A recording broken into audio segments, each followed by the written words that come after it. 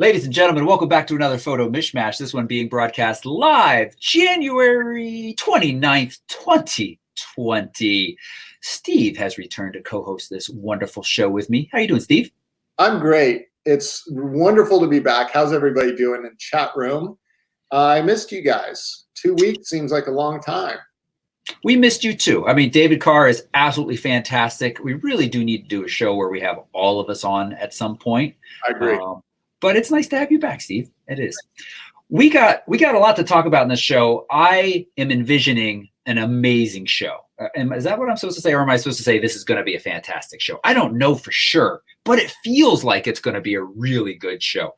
We got to talk about the new Canon EOS R5. The specs seem pretty solid, but I have got a couple of questions, and a couple of those video features I think are just too good to be true. But we'll talk more about that. The DJI killer, the Autel Evo 2, oh, it's been delayed a bit. They found a pretty big bug on the production line that they're fixing now, and hopefully that will be out soon. But I'm also starting to hear that maybe its specs are a little too good to be true as well. Plus, I sent Steve on an all-exclusive paid trip to Hawaii to test out his new XE3. He's pretending like, you know, his daughter got married, you know, but really this was all Photorec TV sponsored. Yeah. So he's got to write up 60,000 words for us. He's going to give a summary of that during this show. Yep. It's a quick summary. I just sat by the pool and went surfing every day. Didn't shoot the camera at all, so I got nothing for you. But thanks for the trip. I appreciate it. Oh, my money back. No, just kidding. So we'll hear more from Steve about that. And we got your photos that you submitted to Lightroom. We'll be talking a little bit about Photographer of the Year from the Photo Enthusiast Network. We're not spoiling it yet, but let me just say it was awe-inspiring and humbling to be part of this judging group. And to just look at all of these pictures that you all have captured and submitted over the course of this year. Yeah, every time we do one of those monthly image reviews, and then especially at the year end, I really enjoy it because, and we say this every single time, like it becomes more and more difficult. People's work is just improving. And this year, it was just awesome. So I don't know, did that video get released? The video is out. It's released and available to watch. It kind of is a teaser. I don't think we've publicly posted the winners yet, other than if you watch that video, you find out the winners. It's inspiring to watch. It is a little bit of a longer video, but it's judged by 5 photographers, professional photographers, including myself and Steve, along with professional. We're all professional photographers. Let me just repeat that again. We've got Jeff Jakowski, who is part of PPA, treasurer of PPA currently, has judged for, I don't know, decades probably on the national and international level. Yeah, he's been super involved with PPA. I would say decades. Very, very involved at the treasurer level. So what happens, we'll talk about this in the video a little bit, but you need to get voted in, but usually the progression of PPA board seats is treasurer, and then I think it's vice president and then president. So he, in a couple of years, is slated to be the president of PPA. And he's been highly involved for many, many years. He's been super involved in some of the lobbying efforts that PPA has done around copyrights and stuff. And he's just a great guy and a super talented photographer. So if nothing else, watch this one just to get some learning from a guy who is, you know, truly somebody that we all learn from. He's a mentor to every single one of us. And it was really an honor to have him on the line. So if you haven't watched that video, check it out. Watch it in parts if you need to. Like Toby said, it's pretty long, but it's impressive, and the images are just amazing. Yeah. And for those who don't know what we're talking about, so we run Photo Enthusiast Network. It is this fantastic community and photography educational site that several of us founded and have poured our hearts and souls into over the last couple of years. And I'm just really, really proud. And if you go watch that video, you look at those pictures, and I hope you'll say, these are stunning photos. And some of you will say, these are stunning photos. I'm nowhere near this. And you'll walk away. Some of those people all of those people didn't start out creating photos like that. And I'm not going to give full credit to Penn. In some cases, maybe only a little credit to Penn, but these are people that have worked at it and made a decision that they wanted to improve their photography, and they reached out for resources that did that. Penn was one of them for many of them, and have just started to produce really fantastic work. And so it's awesome to see that growth, but I really want people to know that, again, they did not start out creating epic images the first time they pressed that shutter button. No. Yeah.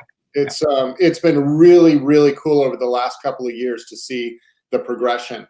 And especially the people that are super involved, you can see there's kind of a correlation between those folks that are consistently involved with what we're trying to do at Penn and their photography getting better. And to Toby's point, you know, it's not all because of Penn, but it's investing in getting better and using some of the resources that we lay out for you guys. So if you're not using those, even if you just want to watch these image review videos and then start to submit some of your images. You may not make the top 5 right away. That's perfectly fine.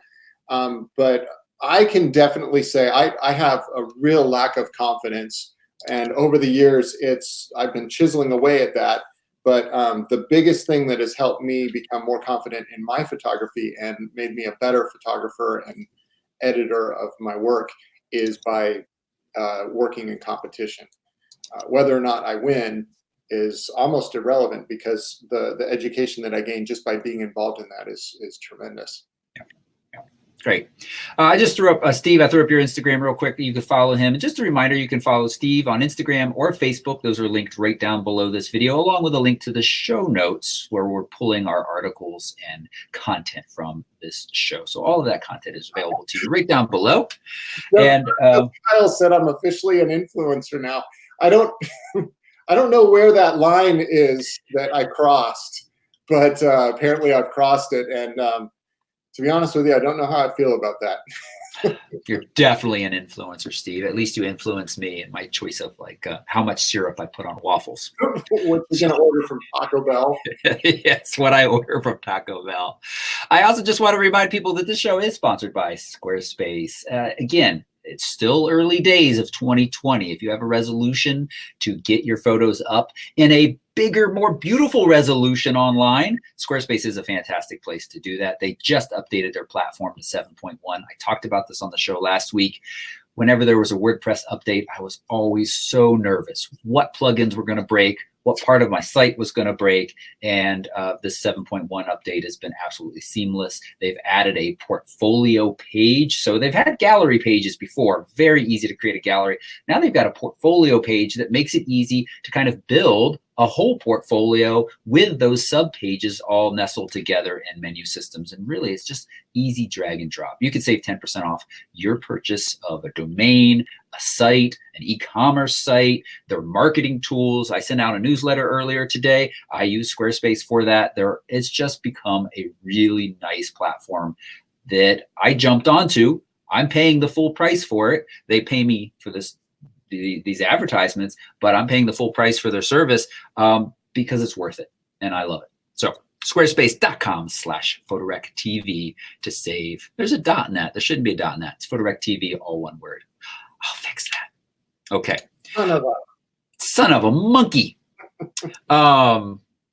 So Steve, yes. All jokes aside, your daughter just got married in Hawaii. You wanted to you didn't want to be the Uncle Bob at the wedding, but you certainly wanted to have a nice kind of fun camera to use.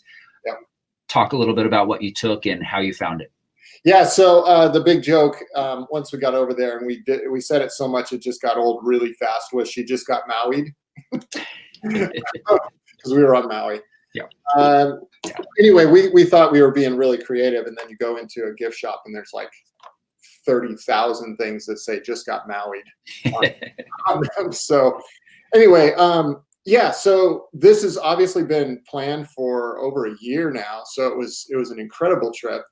And I wanted to buy just a very lightweight single lens prime camera that I could take kind of as a street photography camera, so that when I was at the wedding, I could get some good shots And that way, when the professional photographer is out doing all the formal shots and that kind of thing, I can get some more candid stuff.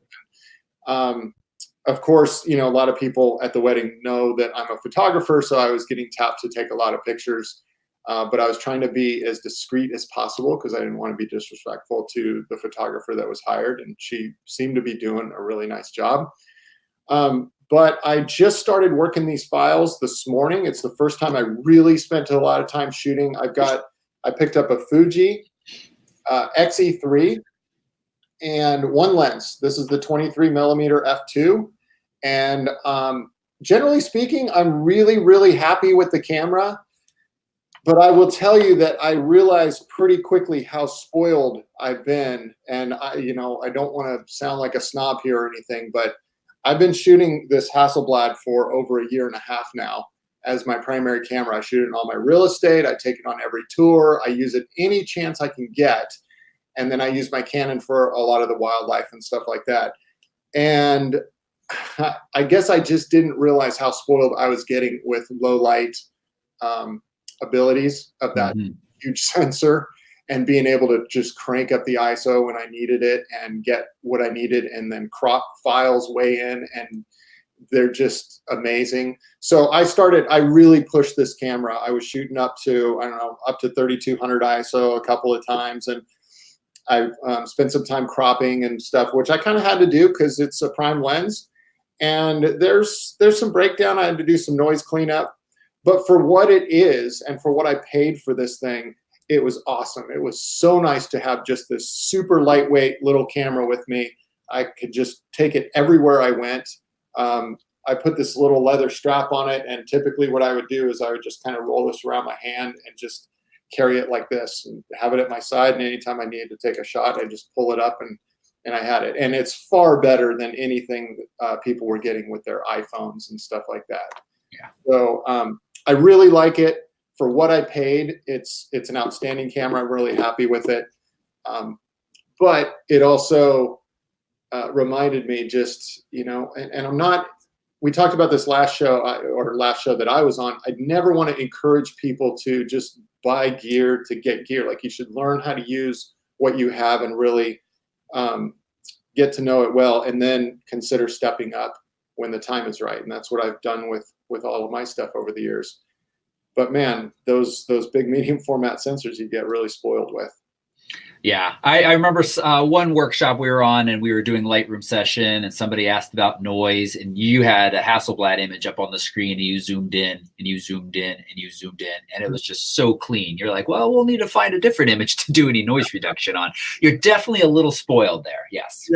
Yeah. And part of it is just the nature of what I do as an instructor and as a professional photographer, and somebody who's doing a lot of tripod work with real estate photography and angles and stuff like that.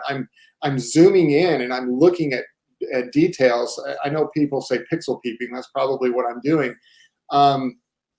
So I kind of can't help but do that when I'm going through my files. It's just part of my workflow and part of what I'm used to, especially when I'm trying to choose one image over another. And I would zoom way in, you know, like a 1:1 or a 2:1. I'd start looking at it like, man, gosh, that's kind of harsh compared to these massive files that I've been using lately. Yeah. So anyway, I don't want to badmouth this camera at all. I would highly, highly recommend it. And I'm super stoked on it. But you just have to be careful. You don't want to shoot too wide and with the thought that you're just going to crop way in with these. Yeah.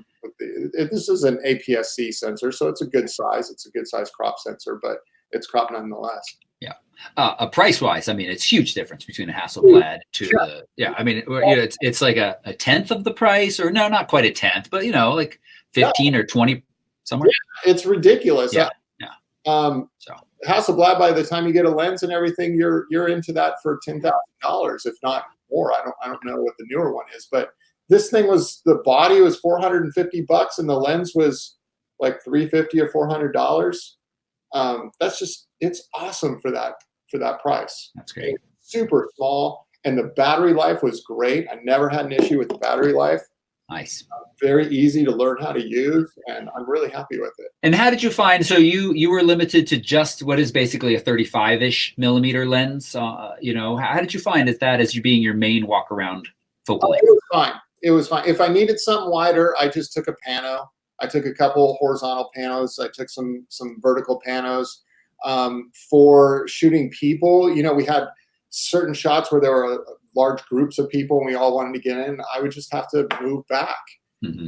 And have to pay attention to the f-stop. But once you get back a certain distance, it almost doesn't matter. I could open it up and, you know, get enough light coming in and not worry too much about the depth of field suffering.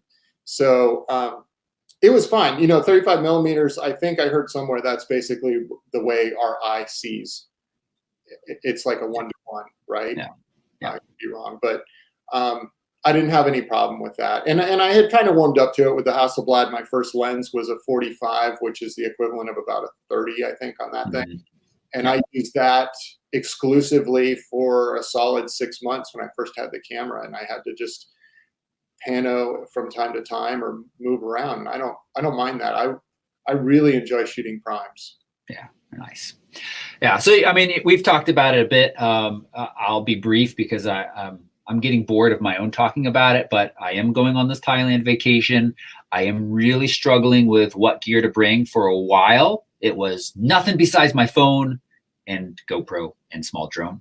But now it really feels like I should bring some kind of camera system.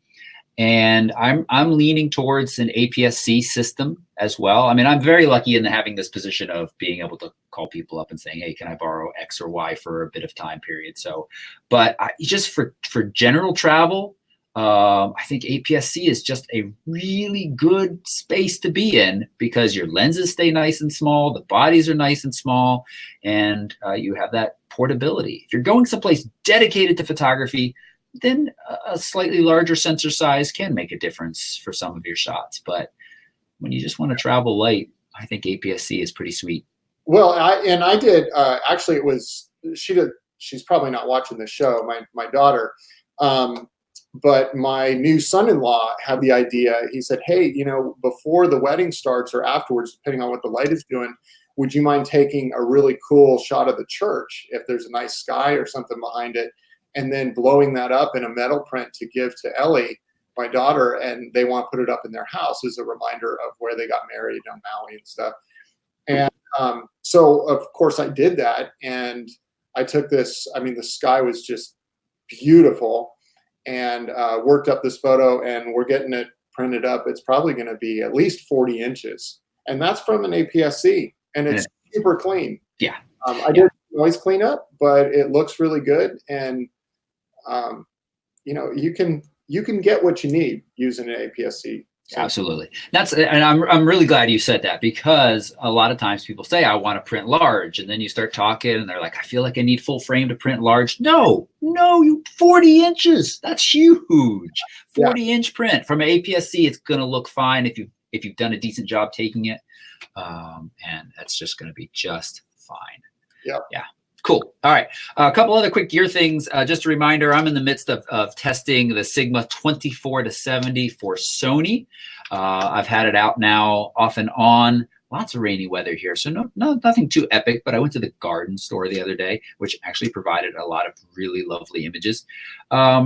I think this review is going to be pretty easy. I'm mostly going to compare it against the Tamron 28-75. They are very similar in sharpness as far as I can tell, but of course this is a true 24-70. So if you want that bit wider, which it can make a significant difference in some shots, the Sigma would be the one to go with. Plus also you have focus hold and the AF/MF switch all right on the body. Those are nice features that you might want to pay a little bit more for. But overall, I've been pretty happy with it. A couple more testings to come. But in general, I think it really comes down to, do you want those switches and do you want that little bit of wider focal range? Is there a lens you had on your Insta story and you compared it to some lens you tested like 10 years ago? There was a Canon lens that you had tested, and then the next part of the story, I think, showed that one that you were about to test. Oh yes, and no, it was the Sigma. The very first Sigma that I tested was the 18 to 35 when they Yeah. came out for APS-C. That was in 2013, I think. One of my reviews back then. Yeah. So yeah, it's been fun to do this. And Steve, you missed this. So chat room, which I haven't welcomed all the chat. Thank you so much for hanging out with us. Steve, do you see this? Do you see this? Yeah, so I do remember you teasing. You that a company was sending you something, and it had the initials R, R, and S. So is that the BH30? It is only the head from Really Right Stuff. Just head. Just the tripod. This part right here. That's it. Okay. I bought it from Really Right Stuff because I've been jealous forever of your little lever lock. It is sitting on a Leo Photo head, which we've talked about before on trips. Seems to be pretty much a knockoff of the BH30. It looks just almost just like it. Very similar. I don't know if it'll hold up as long, but I've been happy so far. And switching out the head, the top, I don't know even what you call this, the head of the head. It's been working great. I just like it so much. You just plop in there, flop it over, boom. Yeah, that's the technical term. Flop it over. Yeah, flop it over and boom. Yeah. I don't know though, man. Are you a poser now? You put that on the. Well, it still says Leo Photo down here in very small print. I'll scratch that out and stencil RRRS on it, and then it'll be worth $300 more. So this does cost $100, just this piece right here. I know, but it's ridiculous, but that lever is totally worth it. Although I think Paul Anderson had posted he broke his. Yeah, I do hear from time to time people having issues with Really Right Stuff, but I think in general they are a fantastic company and well worth spending the money. But I mean, every company's got some issues from time to time. Yeah. Yeah. A couple quick things, and then we'll dive into the Lightroom section. And I do have to remind, I have a hard out. I have to go just after 3, so I got to kind of keep us on track here. I got to keep myself on track. Okay. You can join me in Patagonia and Chile. Going back to Antarctica in almost exactly a year from now, which I know sounds really far away, but man, I don't know about you. Time just flies to get older and older. Prior to the Antarctica trip, I'm leading, we call it extension, but really it's its own standalone trip. I do have other people coming just for this part of the trip to starting in Buenos Aires, but really the focus of the trip is time in Patagonia and Chile, Torres del Paine National Park. I'm really excited. This is it was almost exactly a year ago today that I was there in that general region. And I don't want to get all floofy doofy, but just the land there spoke to me. It just was a fantastic place, amazing landscape opportunities, but it had this peacefulness and the stillness to the place that I really loved. And so there's a link in the show notes to that. So how many people are you taking on that trip? I don't know if we set an upper limit. I think we have 7 or 8 signed up right now. So really we'll take only a couple more before we call it. I'll be the only instructor as it's currently scheduled. Wow. Unless you want to come along, Steve. That's ultimately what I'm getting at is just sign up a few more and bring another instructor with you. Yeah. It's going to be a good trip. Yeah. I worked hard on the itinerary, really making sure we were staying in places where we walk out the door and we have fantastic photo opportunities. It's really important to me, especially when, we're trying to cover some really beautiful areas. We really want to make sure we're there at the perfect light, and being able to walk out your door at dawn is an easy way to do that. So yeah. I'm excited. And one other quick pen announcement. David has released his the beginning of his black and white series, the making of a black and white. So if you've ever wondered how to take a color photo and really turn it into a strong black and white image that speaks to you, Ansel Adams-esque. His first 2 videos in that series are live now. They're part of the Pen system. They are absolutely fantastic. And of course, you can access Pen at a ridiculous savings. Start at photorec.tv/pen to look at really cheap 6-month and a year-long memberships. I mean, really cheap, like way less than an expensive meal at Taco Bell. Well, and I do want to give a plug to that tutorial that David is doing, because when it comes to black and white photos, I mean, he's my go-to mentor for black and white photos. And I think every year in competition, I've submitted a black and white, if not multiple black and whites. And just when I think I have it nailed, I send it off to Dave. He takes a look at it and he has me make some changes, and they're always better. He's been doing this stuff for years and years and years. If you go back and you look at their portrait work that they did for a lot of years, super high-end portrait stuff, it was all a form of black and white. And so I just highly recommend that you guys take a look at that if you're considering doing more black and white photos. I get quite a few questions about processing black and white, and you probably do too, Toby. But quite honestly, I would just go right to the source, because if I don't know, I'm going to ask Dave, and he's put this whole tutorial together on it. And I highly encourage you to check that out. I'm going to walk through it again, because you can never learn enough when it comes to processing black and white photos. I do it totally different than I do a color photo. Yeah, me too. All right. All right, let's dive into the Lightroom section. Real quick, Brian had a nice comment earlier that I want to just throw up. If you do nothing else in the Photo Enthusiast Network, the reviews alone are worth it. Not just your stuff, but the others as well. Seeing what people are submitting, the kind of feedback that they're getting. And again, one of the things that I've always loved with working with everyone that's part of the Pen Network is that there's no egos involved. It is truly good, constructive feedback that's just going to help you grow as a photographer. So Brian, really appreciate you saying that. I find it fascinating, and I love being part of it as well. So I got to share my screen and jump right over here into, nope, not Photoshop yet, Lightroom. And everybody can see that and hear that. And where is my bottom tab? Yeah, I got, there it goes. Okay. Let's start off. Now, again, we're going to, just a reminder, we're shortening this section of the show to some degree, because as Pen members, you get to submit these pictures. This is really about Lightroom tips and tricks. You have so many ways to get feedback on your images. David has often been creating personal video feedback reviews in the forum. And of course, you can post them there. You can also post them on the Facebook community and submit them to the show.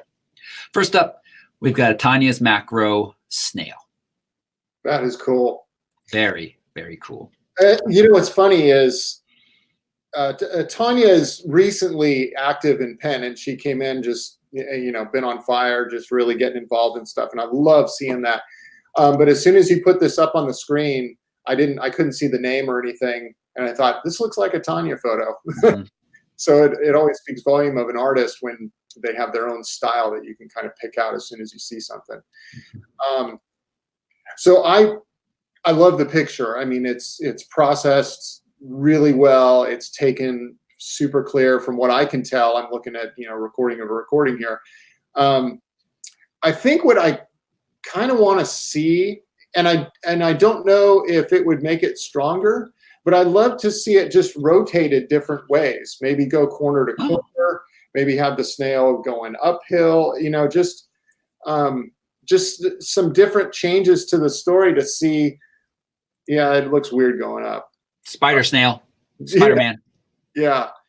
So I like what she's done with the way that it's traveling, and she probably shot it that way. That's probably the way it was happening. But there may be a way to just come in a little tighter and maybe even angle it a little more. I do that in Photoshop because it's easy to rotate, and I can I'm not constrained within the crop. I don't know, Toby, if there's a way of doing that in Lightroom. You would know better than I would. There's not. Photoshop is the way if you need to create a little more canvas to work with that. Yeah. So, I mean, as far as the processing of the photo and the way it was taken and stuff, I really don't have much to say because it's beautiful. Yeah. No, I don't either. You know, you saw early on as you started talking, I cropped in up here to just kind of have it finish right at that corner. Mm-hmm. But then I don't know if I love that those drops are so close there. So I might give them a little bit more room. And I just think it's really nice. Just a little bit of grain back here. I think that can give it some character. But if you wanted to, you could certainly throw a graduated filter over that area and increase the noise reduction as part of a local area adjustment. So that's something that you could do there. Yeah, and you may also, this would require some work in Photoshop, and you'd really have to take your time, but to eliminate that darker sort of crease in the flower that cuts right across the of the snail. Yeah. It's just one of those things where it's fine, but once you notice it, it's hard to look away from it and not notice it. And the fact that it intersects a crucial point of the story that you really want to focus on just becomes kind of distracting. So, you know, Tanya's super talented. She could certainly handle the work. That would just be, you know, my only real critique of something to change. Yeah. And then one more teaching tip for people. This was taken with 150 millimeter macro. And really the only difference in focal lengths of macros is how far you can be from your subject and have that lifelike kind of reproduction. 150 lets you be a little bit further so you don't scare the snail. He doesn't draw back in his little antennae and you know, shrink into nothing and become not much less exciting. So that's one of the reasons why people go with longer focal length macro lenses. Cool. Yeah. Nice shot. I love the pink. The pink is just beautiful. Yeah. My wife, actually, it's funny you mentioned macro. She asked me when we were hanging out at the pool one day, she said, honey, for my birthday, I really want a macro lens. You guys don't have, I felt like you had the 100. You know? No, she's been talking about getting one forever. And then when I say, hey, I found a good deal on one, it's, you know, it costs money. Priorities have gone elsewhere, or I mean, they're still not cheap. It's cheap in the world of Canon L glass lenses. But it's still, you know, a chunk of money. And it always just seems like we've got that earmarked for something else. But she took the little Fuji and was trying to shoot macro with it quite a few times on this trip, and she really loves that type of work. Yeah. All right, we got Kevin Walk. He's got this lovely little forest scene here, and I love the shutter speed choice. I really like the framing. This kind of, Brian said it in chat, this downward angle. And you know, this wide angle lens kind of exaggerates the stream flowing towards us, and I think that's all pretty strong. Yeah, there's a couple of things that I would draw your attention to that you may want to try to figure out a way around. On the bottom right corner, it looks like, is that a footbridge or something that's creeping in? I do think that's what that is. Yeah. So yeah, I mean, you may have to just crop it out. You could certainly work on doing some content aware fill down there and cloning that out. But I think getting that out of there for sure, because there's just so little of it that's showing there. It really just becomes a distraction from the story. And then, yeah, what you're doing there is I would crop out the sky, because the bright part of the sky is competing with the bright part of the water, and you just want the viewer to have this kind of, you know, more of a neutral environment that they're looking at, and then really focus on the water and the texture, because I think that Kevin nailed the exposure and the shutter speed here. Yeah. The only other thing that I'd suggest, I think those are great suggestions, is Kevin, start carrying your circular polarizer around with you. I mean, maybe you had it on, but it would cut just a little bit of the shine off the rocks. And it would also let you go to a slightly longer shutter speed without having to go to f/22, which is, you know, it's not going to make your image as sharp as it would be otherwise. I'm coming in here and just brushing a little extra clarity on the rocks themselves. Just to kind of, I really like to make that contrast between the soft water and the sharp rocks as in your face as possible. Yeah, yeah. And I may consider bringing the highlights down just a little bit so you see some of that water texture just a little bit more. It's hard for me to tell on my screen. You know, on a clearer screen. Yeah.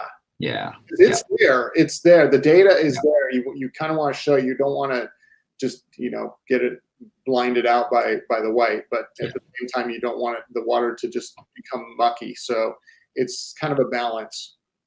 Yeah. And this could be one too. You could throw a graduated filter on and have the outside be just a little bit soft and out of focus to kind of give the forest a bit of a dreamy look as well. So that would be, a radial filter to try that. Yeah, that's cool. Chris Bartell has just labeled South Dakota. Wow.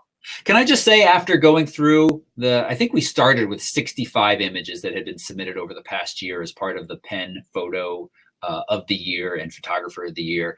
And I've started in my head titling all the pictures I see as I come across them now, all of my pictures, because I love coming up with a title now. I mean, it's just cool. It's taking that creative process to the next level. When you can come up with a really creative title for, I use this analogy all the time. A picture is telling a story. So you can come up with, you got to have a title for your story. And that's what gets people, especially if you see the title and then you see the image, and it can be kind of a surprise. That is always really cool to me. So, okay, South Dakota, man, that's a cool shot. It's pretty nice. I love how we're getting some of the light rays through the cornfield, and we're even getting one streaking down towards us. Just a very simple, clean photo. Not a lot going on, which I think really adds to the impact. Toby, could you do me a favor and go to the crop tool and just come up from the bottom and eliminate those first few horizontal lines all the way across, just to make it super simplistic. Just go up to the taller grass. Up somewhere in there. Yeah. And then obviously you'd want to fill in that lower right corner, but that's just another way to go, Chris. If she's in the chat room, if she's watching this, I'm not necessarily saying that that's better than what she submitted. It's just probably a path that I would have taken, because I can be such a minimalist, and I just want it. I want the viewer to focus on the one long horizontal line, and then I want them to go vertical. I want them to look at the tree and the sun and the color in the sky and stuff. And what can happen is your eye can just constantly get drawn down to those multiple horizontal lines, and you don't end up in the upper portion of the photo visually. Yep. The only other thing that I would add is we have this lovely orange tones, and then towards the outer edges, they start to get a little bit funky. Like vignetted or something? Yeah, yep. So I'd fight that vignette, and I also might spend a little bit of time in the color panel shifting this left and right and seeing if you end up with something that you like a little bit more, both saturation and luminance. And also, let's make sure this is a DNG. Where I want to go lens correction. Let's make sure those are selected. And I think it lost whatever lens it was in the conversion to DNG. So just make sure, Chris, that is done on yours. I'd love to see that even out a little bit more up there. Yeah, and you can really, this is one of those pictures where you can really kind of push that saturation, because it's already kind of a real looking scene. So you can kind of crank that up and make the sky, and normally I wouldn't say this, but you have more of a flat sky, and it sort of creates a little bit more three-dimensionality from the tree just being up against a flat sky. So Chris, you got 2 in today, and we've got a lot. So I'm just going to say real quick, this is pretty snapshotty to me, and it doesn't do a whole lot, but it could, if we could see a little bit more of what she was painting, not with the scene that she's working from. It looks beautiful right here to the left of her hand, and I'd love to be able to see a little bit more of that. I think it needs a couple happy little clouds, maybe a happy tree right down the middle there. Yeah, and Photoshop a big brownish fro on her. Yeah. I'm totally blanking on his name. What's his name? Bob Ross. Bob Ross. Thank you. I'm a big fan. In fact, they show him on the Delta airplane, so I watch like every episode. All right, I'll have to look for that. I even watch it at home. All his videos are on YouTube. And I realize my wife absolutely loves it. Have we talked about the somebody trying to buy one of his prints and the whole like they're not for sale? And, yeah. I saw a whole special on. I think New York Times. I think the New York Times did a little mini documentary that's on the web. It's very interesting. If you any interest in Bob Ross, go watch. Yep. All right. Sue Stevens sent in this shot that I think is just a fantastic moment captured. But I don't know how well this comes through, Steve, but when you look closely, you notice that the pelican here is not sharp. It looks like focus was missed. And it's definitely sharper down here in the background. I can't zoom in more. Here, let's go to something less ridiculous than 8:1. You can definitely see that here more when we zoom in. Yeah. So I knew we were a little pressed for time today. I had a few moments earlier today. I threw this into Photoshop.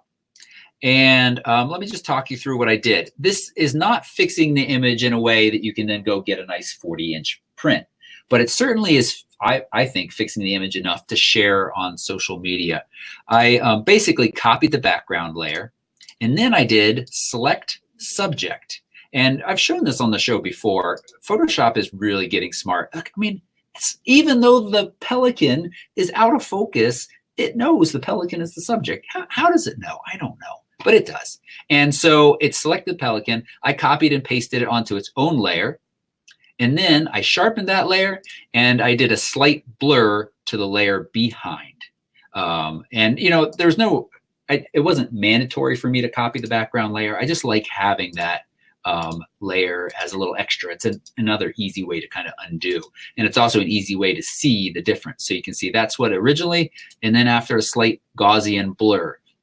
Now, if I was really working this, I'd probably work in the little filter blur gallery and see if field blur gave you a little bit more. That often gives you a little bit more of a realistic or iris blur, depth of field blur. Gaussian is just this little more heavy-handed, exact same amount over the whole distance of that. And that, of course, isn't what a shot would actually be like.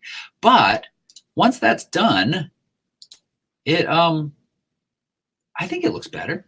What do you think, Steve? It's hard for me to tell. In fact, there was a comment. David Watts says when YouTube compression really does the chat see it, and it is hard to see, especially when you take a photo into Photoshop and some of the titles and everything, what's going on. It's hard for me to tell. Yeah. I just, you know, I think if it's a photo that's slightly, I mean, okay, I see it there. That's a huge improvement. Very impressive, actually. Thank you. That's what I was looking for. YouTube, screw your compression. I want everybody to be and it took me literally less than 2 minutes. Yeah, I think if it's a photo that you really feel strongly about, you're going to blow it up and put it on a wall, or you're going to enter a competition or something like that, then for sure, you know, spend the time. But I will say that going back to when you're taking the shot, I don't know if Sue has another one of these Pelican shots. You always want to shoot this kind of thing in high-speed burst and, you know, just fire away, because it's a better chance that you got one in focus, because that's exactly what happened. It caught the water instead of the bird. And quite honestly, if this was my shot, it would just have to be a throwaway, because the story isn't the water, the story is the bird.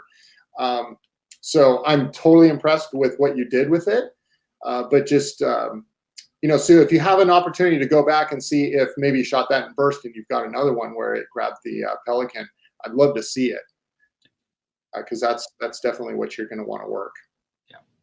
All right, we got a couple more. I'm going to call it here now, though, just so we can finish on time and have some other discussions. We will get to these images. Thank you so much for submitting them. There's some fantastic additional images in here that I do want to spend some time talking about. I'm sorry we're not going to get to them today. So let me minimize that and stop sharing screen. Wish there was a way to, oh yeah, okay, pause the screen share. Okay, so we got a couple other things to talk about. And just a reminder that if you want to submit your image and have us probably talk about it in the future, then you can become a PEN member, and Roy nicely puts that reminder the day before so you could submit your images. Thank you for doing that, Roy. All right, so we are getting closer and closer to a new Canon EOS R. The rumors are saying an EOS R5. And let's just take a moment and take a little look at this specification list. And here we go. So, oh, you know, I have to remove it from the stream. I have to stop screen sharing. I'll just talk you all through this. Screen share back. First, it's the EOS R5. This is the EOS R5, and Steve has a beautiful Hawaii picture right there, taken with the XE3. You used the wrong hashtag, you noob. I'm revoking your influencer status. Right. What did I put? XT3. Lies caught live. Wishful thinking, I guess. Sorry, I just noticed that as I was clicking away. Okay, typing, and I think I typed XT. Probably. Three come up. I'm like, oh, that's my camera. Probably. Yeah. Wishful thinking. No. All right. So we seem to be about 2 weeks away from this announcement of the EOS R5. 45 megapixels, in-body image stabilization. So this would be the first Canon mirrorless to have that. And this 5 stops with in-body image stabilization alone. That's on par with what you see from Sony and Nikon. But then 7 to 8 stops of correction when used in conjunction with lens. Sony doesn't do that currently. Really, I don't think Nikon does. Olympus does and gets you some awesome, but that's also a micro four thirds. This is a full frame sensor. So that sounds pretty dang impressive. Yeah. And I like it. 12 frames per second mechanical, 20 frames per second electronic. Sounds good. 12 is great mechanical. 20 electronic. I'd be interested to see if there's any rolling shutter issues there. That's getting up on par with the Sony A9, but the Sony A9 has no rolling shutter. You can shoot fast moving subjects and have no worries about that with electronic shutter. Most other cameras you have an issue. Scroll wheel added to the back, no touch bar. So no love lost there, as far as I'm concerned. No, I'm sorry. That touch bar was stupid. I'm sorry. It was stupid. The first time I put my hands on it, I was like, hey, this is an interesting idea. The first time I actually tried to use it, I was like, this is a terrible idea. And it didn't get better over the time that I was testing that camera. I'm not impressed. Larger capacity batteries, but look similar to the LPE6. So, probably battery life might be similar. And then we get into these video specs.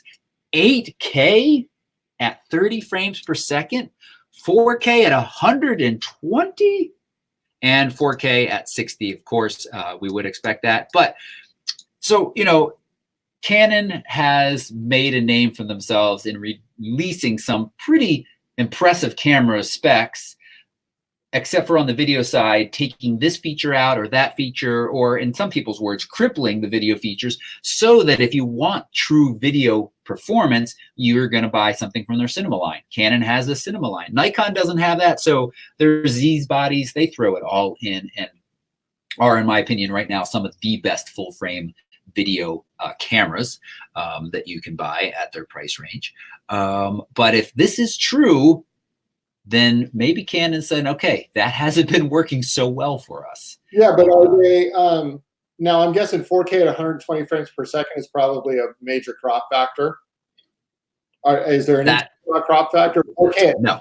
60, if it's 4K at 60 full frame, that would be awesome. That's a great question. And we just haven't heard yet. I would expect there to be some crop factor. But if they can make this happen without any real crop factor, then that's huge, because even the Canon EOS R has a crop. Yeah, it could be like the mirrorless equivalent of the 5D Mark II when it came out. I'm not that it's a game changer, really, the way the Mark II was, but for Canon, this is what they need. They need something like this. It'd be awesome if they did it. Yeah. So they're going to call this the R5. I'm guessing, is that then considered to be a replacement for like the 5D series that is the DSLR, and then they'll. I mean, with these specs, that would seem to be getting close to it. I think I'm pretty sure David Carr and I talked about this. I think we will still see a DSLR successor to the 5D Mark IV. I think we'll see a 5D5, but I think this is the mirrorless version of that, and eventually we'll discontinue that DSLR line. But that 5D series is just too much wedding and portrait and family photographers' bread and butter camera to say, hey, everybody go switch to mirrorless now, and this new lens mount. Yeah.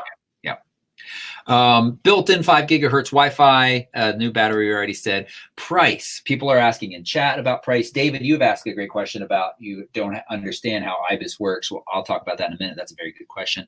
I mean, minimum $3,500 for this camera. Minimum. I think that somewhere between 3,500 and 4 grand is my guesstimate. It could be a little bit higher with these specs, but I don't think they can really get away too much higher, because you got the Sony A7R4 with 62 megapixels and a lot of these features. Yeah, yeah. I know the 5D line, when it was last introduced, I want to say it was like $35.99, $36.99. So I would expect it to be probably, like you said, between 3,500 and 4,000. I'd be surprised if it was more than that. Not for what you're getting, but just that becomes a really, really tough sell to get away to pony up over 4 grand for a camera. I mean, if these video specs are true, I could see them bringing the price up a little bit higher, and saying, hey, look, nobody else offers this in a compact mirrorless full frame body. So we'll see. So that's exciting. I hope that happens. I'm always rooting for Canon. So yeah, and so announcement just coming in 2 weeks, but probably not shipping until July, which that's a stretch away. And that also makes sense to me, because I feel like the longer Canon goes without saying what's coming next, the more people look at Sony or Nikon and say, hey, those look really nice. I'm going to switch over. I did get an email. Perhaps you got one too, Toby. I will admit that I didn't read all through it, but it was something from Canon that they're totally revamping their I think it's their live app. Oh, I haven't seen this. I apologize. I probably should have brought it up before the show started, and I didn't think about it. Okay. But anyway, I'll take a look at it. So that could all be kind of coming into play with some of the stuff that they're doing with mirrorless now, trying to get better connectivity experience for people.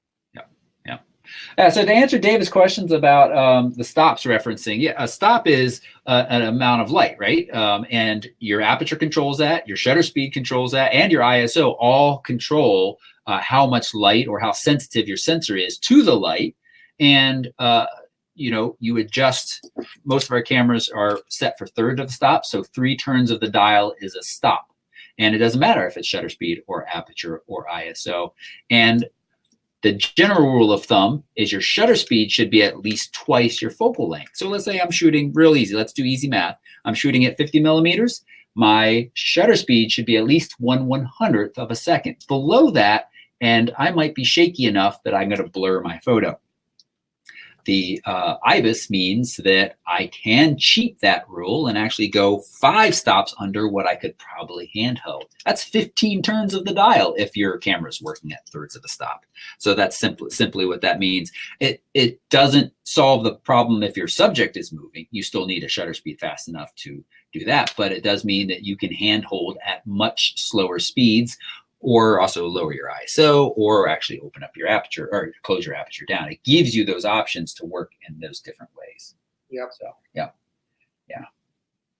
And John's answering you too with a good question and a good answer. Okay, so there's that to talk about. We just talked about it. I'm just really, really curious to see where are my show notes. I just, as John Mayfield said in chat, we're waiting to see how Canon cripples this. Maybe they're done with that. Let's be hopeful that they're actually done with that. And we also have the R6 coming at some point here. And we have the T8i, which, hey, they are still making those. So lots of stuff coming from Canon this year. I think this is going to be a great year. I have no idea now where my show notes are. That's the problem with doing them on the website. I've lost my show notes. This is exciting for me. I almost feel more like a participant because I've been so out of the loop the last couple of weeks. So I'm hearing it from you for the first time.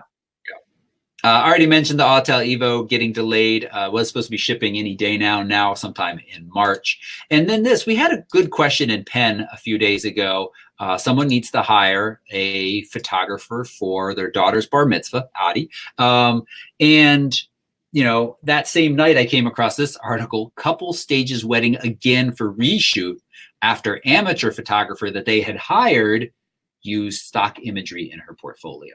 Oh my goodness. So the issue was they were shopping around for a photographer. They saw this photographer with beautiful images in her portfolio and hired her. Turns out that what they got was nothing like that. And somehow they found out afterwards that those were just stock photos that she bought and put up as her own. So there's another version of this that's slightly less evil, and that is people passing off actual wedding and portrait shoots as their own that they attended a workshop or put together a vendor event. And you might think, well, how is that bad? If it's not created, I feel pretty strongly about this, having shot weddings in the past. If it's not created during an actual wedding, you don't know how they work under pressure. You don't know how they work when lighting conditions aren't perfect. You don't know if they even actually know lights. They might have stepped up to Joe McNally having set up a fantastic lighting system, snapped a few pictures, and then put it in their portfolio. And if they're just showing this, not trying to get work, there's nothing dishonest about that. You go way back in my 500 pics, and there's a couple of pictures I've got on there from a workshop I attended. But if you're trying to pass this off to gather work, that's not good. That's misrepresenting yourself. And the easy suggestion I have for anybody out there looking for a photographer, and all of you might be like, I'm a photographer, why do I need to look for one? Well, you might want to actually participate in the event, like you just did at your daughter's wedding, Steve. Ask the photographer to see a gallery of a recent wedding they captured. And they should in no way balk at that. That's a very common thing to ask. And if you're not hiring from a gallery, ask them to see recent work from some X, Y, or Z event, not just a curated portfolio that they put together for you. Yeah. And that should give you a better idea. Yeah. So we hear stories like this all the time. This is another level, though, of like, this person didn't even click the shutter for these pictures. Not good. Not good. I think the saddest part about that whole thing is your comment just a second ago where you said you hear these stories all the time. And it's just like, my goodness, people. If some of these frauds would spend some of their effort just learning how to take better photographs rather than how to mislead people, over time they could become pretty amazing photographers. Yep. Yep. We've got DP Review has put up winners of 2019 Travel Photographer of the Year awards, and there's some good ones in here, some inspiring pictures. Some are, just, they're okay. But I wanted to pull this one up because it kind of looked familiar, but at the same time, I thought, I don't really recognize the angle. And Steve, do you recognize this, or do you see the text? Well, I saw the shot and thought it was the Harpa building in Reykjavik. It is. It is that. I don't, this is, I think, shooting almost straight up is my guess. Yeah, I have, part of the reason, well, I know this anywhere because we've been a few times, but I was just looking through some of my old Iceland photos a few weeks ago, and I came across some of these shots that I took at Harpa. And there's a couple of them that are kind of like this, except that light horizontal line that's running about a third of the way down the bottom. Actually, it was when I did that photo. And by the way, that rainbow didn't actually happen. I should disclose that. Let me see if you properly hashtagged this one. Yeah. So I just, I thought this was, that's a beautiful shot there, Steve. I thought this was interesting because I kind of recognized it, but then I see that it is taken with a 15mm fisheye lens, which gives it kind of a unique perspective. But this is a building I've been inside several times. I recognize that there's lots of fantastic opportunities in it, but I thought this was a kind of a neat angle that I had never seen before, despite having been there. Yeah. Yeah. And it was, you could tell, very wide angle because we have a bending to what should be otherwise straight lines. Yeah, I don't like that shot, to be honest with you. No? Okay. No, I don't like going so wide on that. There's a lot going on. I can't figure out what the maker is trying to tell us. And I just think that, there's going in a little tighter or picking a different angle would have been a much stronger image. Yeah.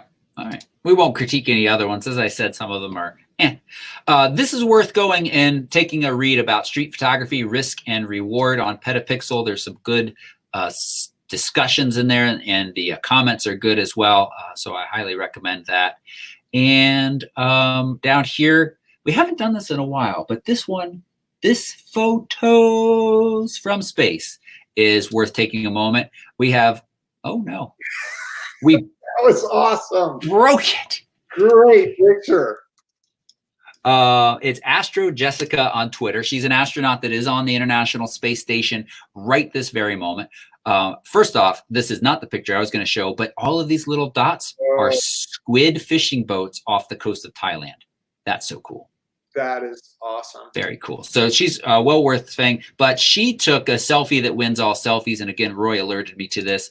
Last weekend, she was doing a spacewalk on the International Space Station. She's got a D5 with a very wide angle lens and turned it around and did a selfie. And I'm impressed with the focus. How did she nail focus through this reflective glass on her face? And also know that she did without a flippy outy screen. And look, I mean, look at these gloves you're wearing. Look at the camera inside its housing. How do you actually use it? Yeah, so for all of you who complain about not having an articulating screen like just stop your whining right now, because Astro, what's her name? Astro Jessica. Astro Jessica wins. Mm-hmm. Yeah. She definitely wins. And, you know, we joke from time to time about a McKay trip to space. Man, I'd sign up for that. I mean, you look through her feed and at some of these pictures that she's capturing from up there, and it just looks just pretty dang awesome. That's really cool. So that's our photos from space. And since I have it open right here, I've been talking about my Thailand trip. I've been weighing things out. Look here. If I take the Sony a6600, the body weighs 1.1 pound. The Sigma 16 is 0.89 pounds. The Sigma 56 is basically a half a pound, for a total of 2.5 pounds for a pretty sweet setup. That's something I'm leaning towards. Oh my gosh. Can you see me right now? Wait, no, let me see you. What are you doing? This is what I do on my Friday nights. You're and also nerd. I can't believe it. This, let me address the chat room for a second here. Toby and I are best friends. I love this guy like a brother. We're family, but we could not be more different. And this is exactly the reason why. Wow. You did that. I did. Yeah. And, you know, you can see the other cameras that are in the running. Well, the Fuji XT200 that just came out. I don't think it'll be fully out in time for the trip. I'm not sure that I can get my hands on it in time. My own Sony a7 III with the, that should be the 17 to 25. That comes to just 3.2 pounds if I take the 17 to 28 Tamron and the 85. And then you missed this. I had a call with Sigma before I got this lens the other day, and they were talking about their new Sigma FP. That body, that full frame mirrorless, is just 0.93. But after you take a nice Astro lens like their 12 to 24 and their 45, which is tiny as well, but it still comes out to almost the same as the Sony a7 III. And, you know, chat room, I already showed you this last week. So wait, this is the second time that we're oh my God. Yes, it is. And look at all those people in the chat saying, awesome, good job, more spreadsheets. Yeah, see that? That's what they're all saying. They're all saying that. Carr was biting his tongue and he was far too nice to you. He is. I can't believe this is the second time this is being shown. On behalf of PhotoRec TV and Penn and everything else we've got our fingers in chat room, I apologize for what you just had to sit through. I don't. Oh, we do have a Q&A, and I think you wanted to address it. We have more than one, or no? We just have one. We have Chris. Chris had a question. She's heading off on a trip this summer. A couple of them will be on moving ships. Do we have any suggestions for taking that into account when shooting? Yeah, she posted this the other day, and I had asked her to submit it. So thank you for doing that, Chris. Go ahead, and I kind of spoke up as a post, but I'd love to hear your thoughts, Toby, because you've done more of the shooting than I have.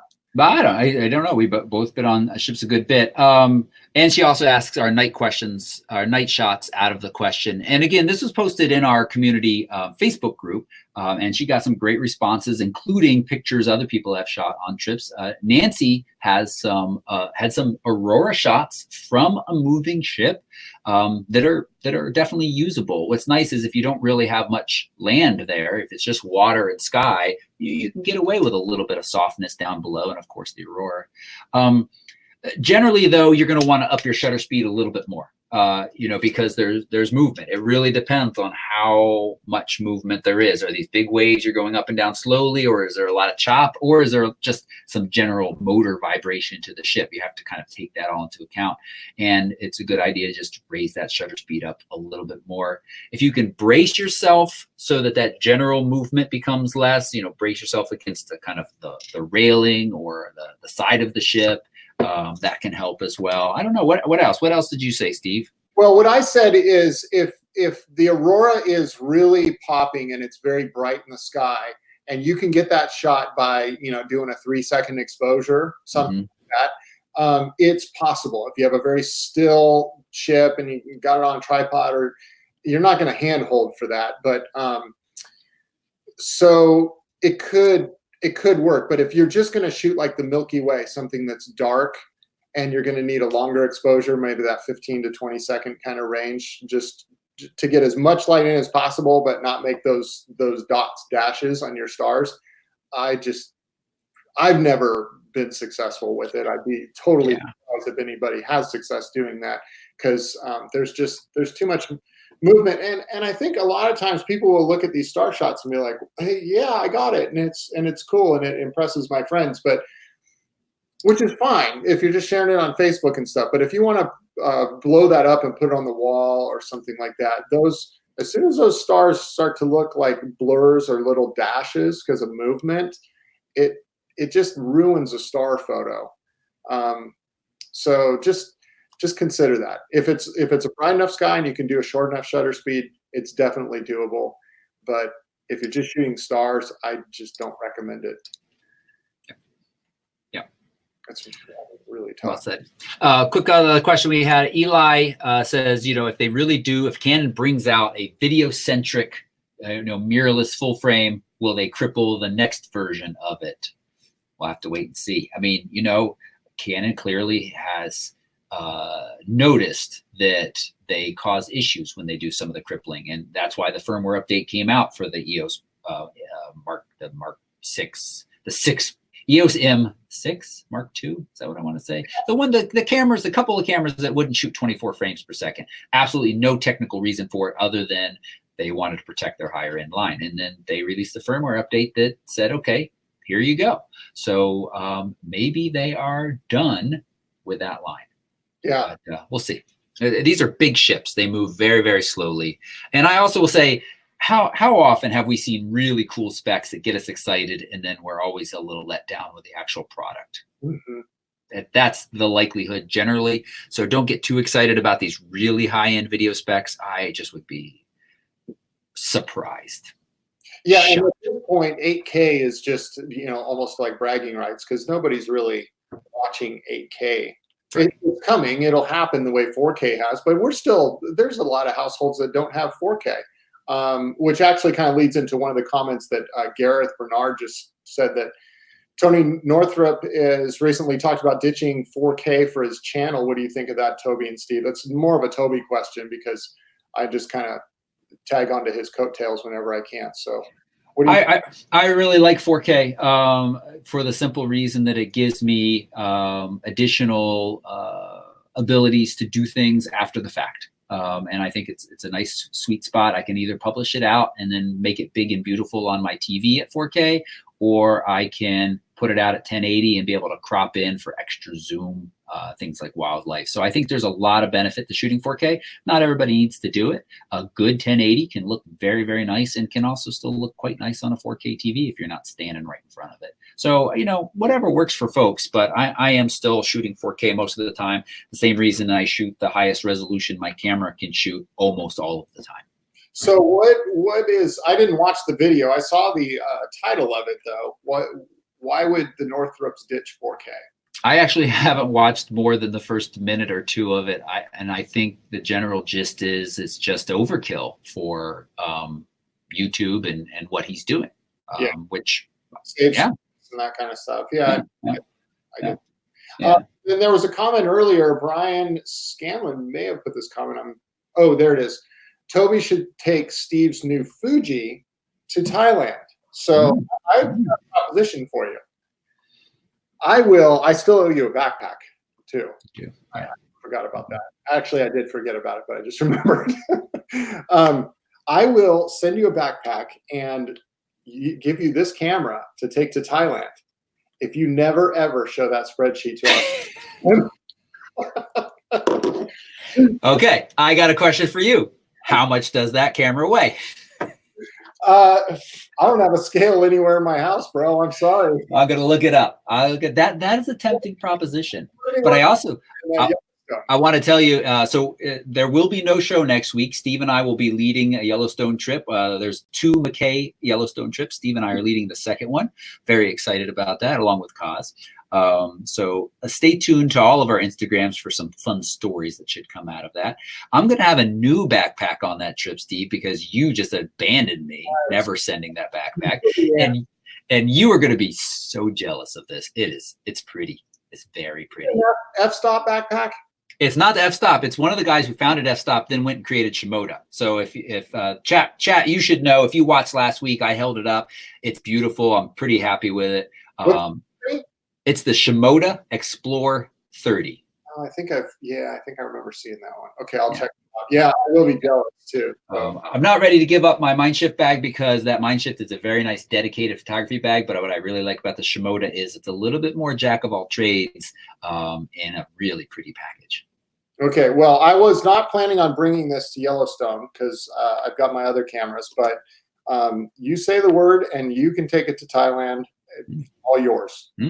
I'll weigh it for you if you need that, but I will bring it to Yellowstone. If you want to take it to Thailand, I'm happy to give it to you for that trip. Okay, it's very nice of you. I will consider that. I'll open up my spreadsheet and not show it on the show anymore. God. Oh, data is king. Yeah. Gosh. On that note, chat room, thank you so much for hanging out with us. You definitely make this show way, way better than just me and Steve making fun of each other's spreadsheets or lack of spreadsheets. As I said, we will not be with you next Wednesday, but the following Wednesday, as long as my flight is on time, I will be back. Steve, I'm not sure what time you get home. We'll talk about it, but there should be a show 2 weeks from today. Thanks, everybody, so much. Till next time. Bye-bye. Bye.